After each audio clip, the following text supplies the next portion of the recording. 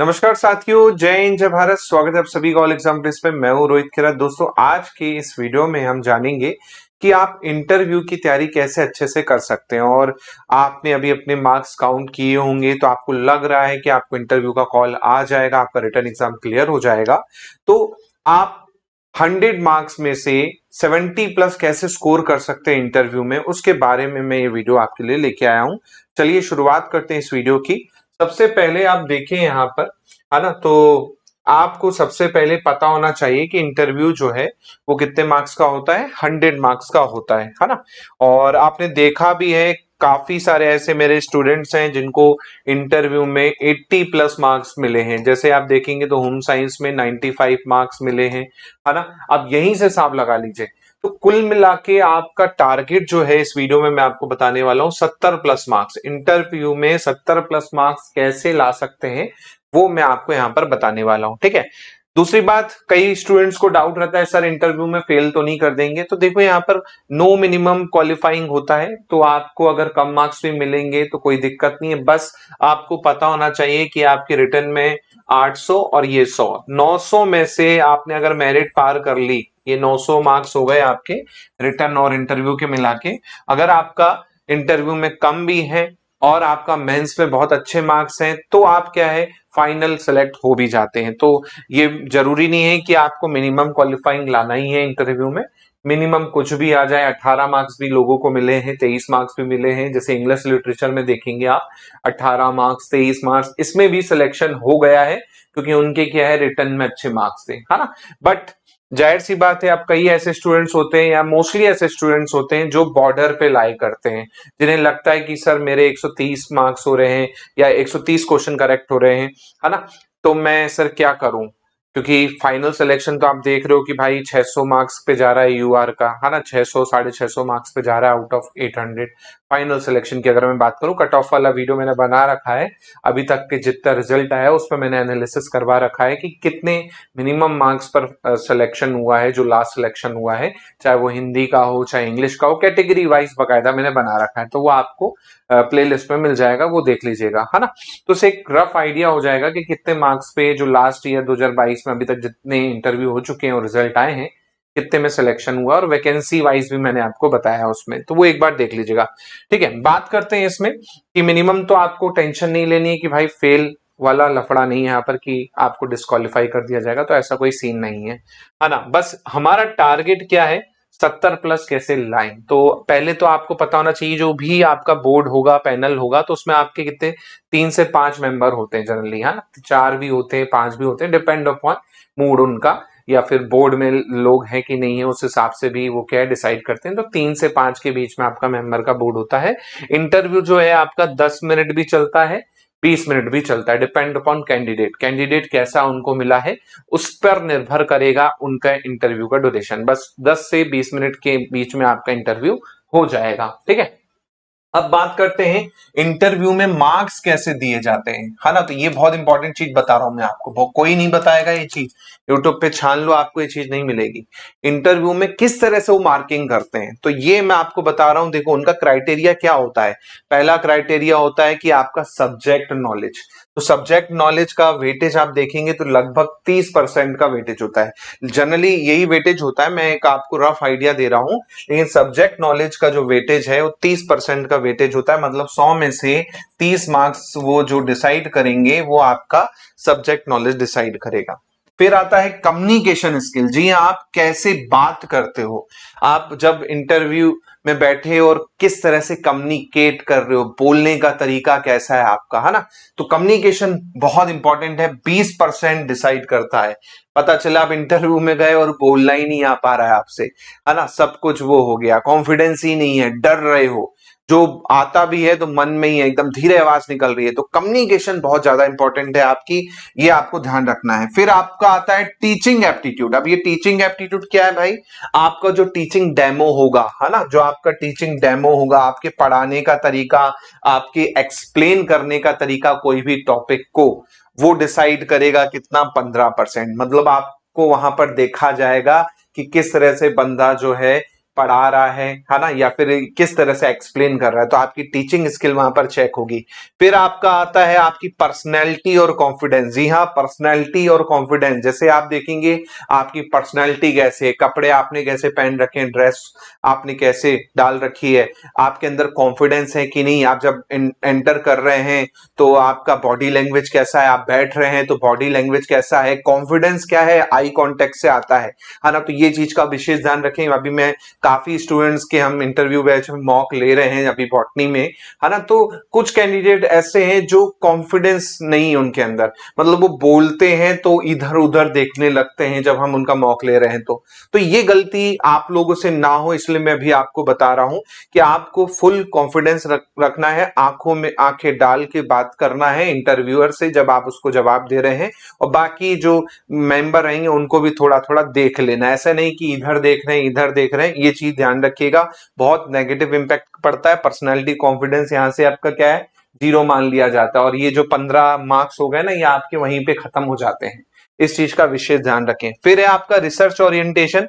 अब ये उन कैंडिडेट के लिए होता है जो पीएचडी वर्क कर रहे हैं या फिर किन्हीं ने पेपर पब्लिश करवाए हैं, तो उस पे काफी जाहिर सी बात है एक इंप्रेशन अच्छा पड़ता है। अगर आप पीएचडी होल्डर हैं तो एक इंप्रेशन अच्छा पड़ता है, आप पीएचडी कर रहे हैं या फिर आपने कोई पेपर पब्लिश करवा रखा है, तो बहुत इंप्रेशन जो है ना काफी तगड़ा पड़ता है। नो डाउट आपका रिसर्च ओरिएंटेशन के साथ में अगर नहीं है तो आपकी हॉबीज या फिर आपकी कोई एक्स्ट्रा करिकुलर एक्टिविटी है आपके डेक में मेंशन, तो उससे रिलेटेड भी कई बार वो इंप्रेस हो जाते हैं। जैसे आप देखेंगे कुछ स्टूडेंट्स की हॉबी थी क्या है, आपका पोएम वो करना या फिर आपका अच्छी कविता वो करना हिंदी में, आप देखेंगे तो उनको बहुत अच्छे मार्क्स मिले हैं, उन्होंने अपनी बनाई हुई पोयम अपनी बनाई हुई कविता वहां पर सुना दी, है ना, एज अ हॉबी पूछा गया था तो अच्छे मार्क्स मिले।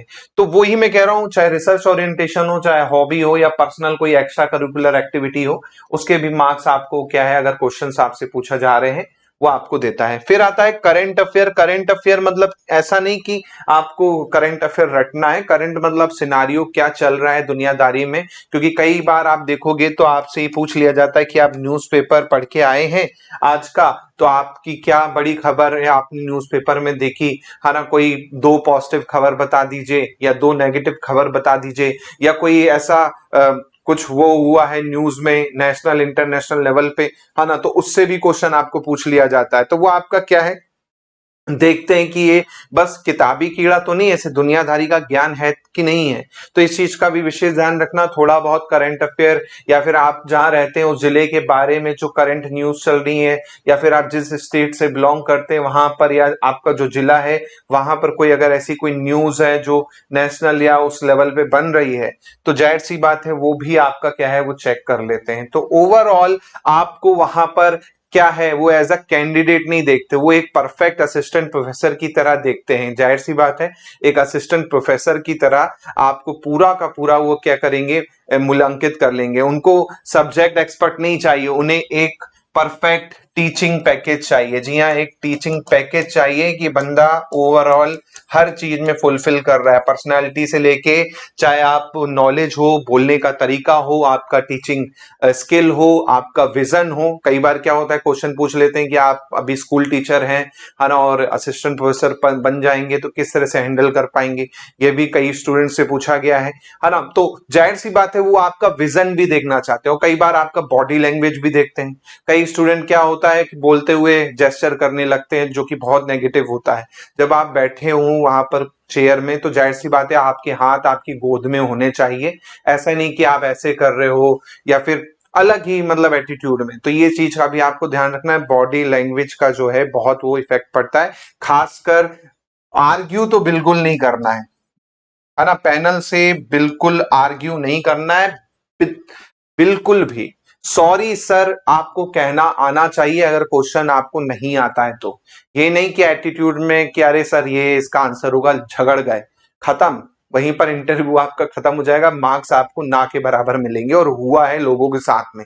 इसलिए मैं आपको वार्न कर रहा हूं फिर से कि भाई आर्ग्यू तो बिल्कुल नहीं करना, बिल्कुल पोलाइट बन के जाना है आपको कि हाँ सर कोई इशू नहीं सर, मैं एक बार देख लूंगा, सॉरी सर मैं रिकॉल नहीं कर पा रहा हूँ, है ना। तो ऐसे आप करोगे ना तो उनको लगेगा कि हाँ भाई ये हमारी रिस्पेक्ट करता है, क्योंकि इंटरव्यू के मार्क्स जो है ना उनके हाथ में है। आप सोचोगे कि मेरे पास पीएचडी मैं कर चुका हूं, मैं उनसे ज्यादा नॉलेजेबल हूं, है ना, तो मेरे को ऐसे ही मार्क्स दे देंगे, तो बिल्कुल गलत फहमी में हो आप। ये चीज ध्यान रखिएगा, नॉलेजेबल आप होगे अपनी जगह पर, लेकिन जब आप इंटरव्यू रूम में होगे तो सबसे ज्यादा नॉलेजेबल कौन है, वो पैनल बैठा है वो होगा। तो आपको अपना एटीट्यूड जो है वहां पर क्या है, थोड़ा सा चेंज करके जाना होगा, एकदम पोलाइट बन के जाना होगा। और ईगो तो बिल्कुल नहीं होना चाहिए, क्योंकि कई स्टूडेंट्स हैं जिनके इंटरव्यू में बिल्कुल कम मार्क्स आए, रीजन यही रहा है कि उन्होंने बोर्ड मेंबर से आर्ग्यू कर लिया है डायरेक्टली इनडायरेक्टली। तो इस चीज का विशेष ध्यान रखना है आपको, ठीक है। इसके अलावा आप देखेंगे यहाँ पर, तो मैंने आपको बता ही दिया कि किस तरह से होता है। बात करते हैं यहाँ पर आपकी प्रिपरेशन की स्ट्रेटजी की। तो प्रिपरेशन की स्ट्रेटजी में 10 ऐसे एक्सपेक्टेड इंटरव्यू क्वेश्चन जो है वो तैयार कर लो। वो कैसे तैयार होंगे, वो आपके डेप्थ से ही तैयार होंगे। जी आपका डेप्थ फॉर्म देखिए, डिटेल एप्लीकेशन फॉर्म, उसमें जो डिटेल है उससे ही 10 क्वेश्चन ऐसे बन जाएंगे जो आपको वहां पर पूछे जा सकते हैं। जैसे आपका पीएचडी है तो पीएचडी का टॉपिक है तो उससे रिलेटेड क्वेश्चन आपको पूछ सकता है ना। आप क्या है, एक शहर में रहे, फिर दूसरे शहर में रहे, फिर तीसरे शहर में रहे, मतलब आपने पीजी यहाँ से किया, हाँ यूजी यहाँ से किया और स्कूलिंग यहाँ से की, तो वहां पे क्वेश्चन बन सकता है। इसके अलावा आपको क्या है, आप कोई फील्ड में जॉब कर रहे हो, एज ए स्कूल टीचर हो या फिर कोई आईटी में हो या कहीं भी आप जॉब कर रहे हो, तो वहां से क्वेश्चन बन सकता है। तो आपका जो डेफ आपने भरा है, आपने जो हॉबी भरी है, उससे आपको क्वेश्चन बनेंगे। तो 10 ऐसे एक्सपेक्टेड क्वेश्चन है जो आपको डायरेक्ट इनडायरेक्टली आपकी क्या है प्रोफाइल से ही देखने को मिलेंगे।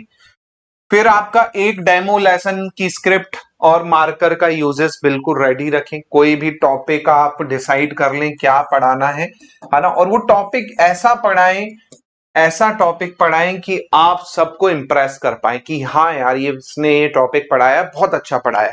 अभी बॉटनी के इंटरव्यू आप लोग के मैं देख रहा हूं और ले रहा हूं, तो बॉटनी में क्या हो रहा है, टीचिंग का जब मैं बोलता हूं कैंडिडेट को, तो मोस्टली कैंडिडेट क्या है, फोटोसिंथेसिस पढ़ाने लगते हैं। उससे क्या होगा कि ज्यादातर कैंडिडेट अगर वही चीज पढ़ाएंगे तो जाहिर सी बात है जो लास्ट में कैंडिडेट जाएंगे उनका जो नॉलेज होगा और वो पैनल जो होगा वो बोर हो चुका होगा। तो आप कोशिश ये कीजिए कि भाई, मैं बॉटनी वाले स्टूडेंट्स को भी सलाह दे रहा हूं कि कोशिश ये कीजिए आप थोड़ा यूनिक टॉपिक तैयार करके जाएं, क्योंकि ज्यादातर स्टूडेंट क्या कर रहे हैं अभी, यही फोटोसिंथेसिस तैयार करके जा रहे हैं, है ना। तो ये चीज बाकी सब्जेक्ट वालों के लिए भी लागू होती है।